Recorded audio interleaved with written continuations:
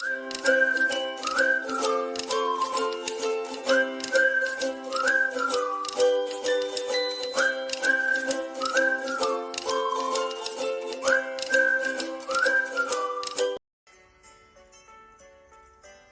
were perhaps whispers of God, or maybe insights of the wise. They gave the world meaning and life a purpose. These chants relived Vedana, the yearning of the restless human soul, hence became known collectively as Vedas. Those who heard them first came to be known as the Rishis. Based on what the Ved revealed, the Rishis created a society where everything had a place and where everything changed with rhythmic singularity, the periodic oscillation. The Brahmins were the teachers of the society, the Kshatriyas its guardians, the Vaishyas its providers, and the Shudras its servants. Thanks to the Ved, everyone in the society knew that the life they led was just one of many. In other lives, past or present, the Shudra of this life would be a Vaishya, and the Kshatriya would be a Brahmin, or perhaps a rock or a plant or beast, or maybe even a god or a demon. Thus, everything was interconnected, and everything was cyclical. The point of existence in this dynamic, ever changing world then was to aspire, achieve, and to introspect. Then there was a drought, a terrible 14-year drought. When the river Saraswati dried up, the society collapsed, and the Ved was all but forgotten. When the rains finally returned, a fisherwoman's son, born out of wedlock, took it upon himself to compile the scattered hymns. His name was Krishna Dwapayan, which means the dark child, who was born on a river island. His father was Parsar, grandson of the great Vashisht, one of the 7 rishis who heard the Ved first.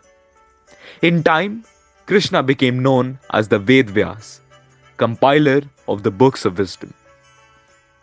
And guess who is back with a new video? And yes, what a way to start the BookTube journey yet again with an extract from the mythological genre, the very own roots of India, well justified through this book from a very renowned Indian author. And yes, it's me, Prithu Shandala, the co-founder of BookTube, back after a very long time.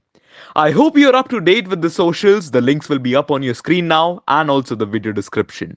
And I hope you guys are following us through this. Now let's move on to the second extract from this book without wasting any time. The Pandavas, who had seen Krishna at the Swayamvar of Drupad's daughter, were a little worried. Why did he not participate in the tournament? They asked. Krishna did not reply. He just smiled. Kunti hugged Krishna and wept, enveloped by waves of memories.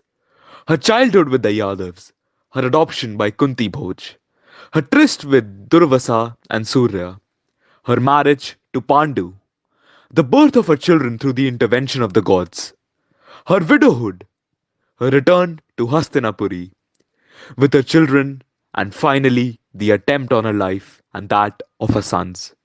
Krishna comforted his aunt. You have faced your destiny fearlessly and triumphed over it with your decisions. Yes, I did, said Kunti, her smile restored once again by the soft, comforting voice of Krishna. This was the life she was supposed to live, and it was the very same life that had brought her strange, delightful nephew to her. But why? As if reading her mind, he said, Now you can return to Hastinapuri and tell them that you are alive. They will dare not harm you again, for now your sons are married to the daughter of the mighty Drupad. They will go out of their way to make peace with you. Will they give my sons the throne of Hastinapuri? Asked Kunti. I don't think so, replied Krishna. But there is another way. The whole city rejoiced when they learned that the Pandavas had survived the terrible fire and that they had returned more powerful than ever before as the son-in-law of Drupad. Dhritarashtra, Gandhari, Bhishma, Dronacharya, Vidur and the Kauravas received them with great love and affection. The Pandavas kept wondering Who among them had hatched the plot to kill them? Duryodhan? Dusashana? Or could it be Bhishma, ever willing to make a great sacrifice to end the family feud? Or Drona? Or his son Ashwathama, ever eager to place Duryodhan? Or was it Karn, who forgave the Pandav for humiliating him? Or was it Dhritarashtra, blind to the misdeeds of his son? This was the seed of the great Mahabharata. Well, yes, we come to the end of this session today. The epic tale of Mahabharata, the foundation of rules in society, and in true sense, the depiction of the Indian culture.